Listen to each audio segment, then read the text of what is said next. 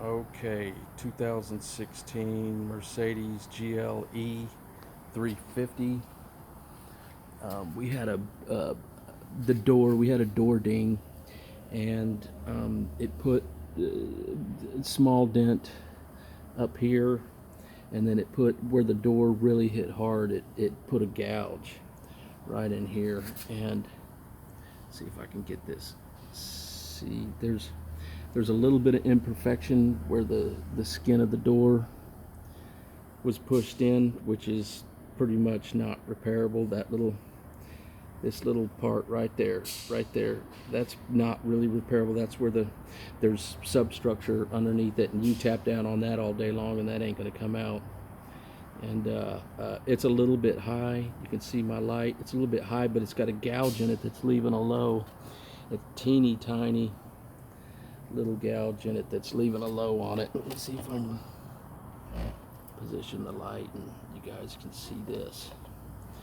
And so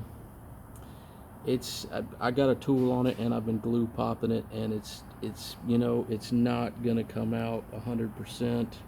That's just the nature of the game, the nature of these types of dents. With sometimes it's in a bad spot. I'm down here, I've been glue popping it, and I've been going down through the door getting a tool on it, and there's just enough substructure to get me lift on my tool, and it's barely visible. I could color sand it.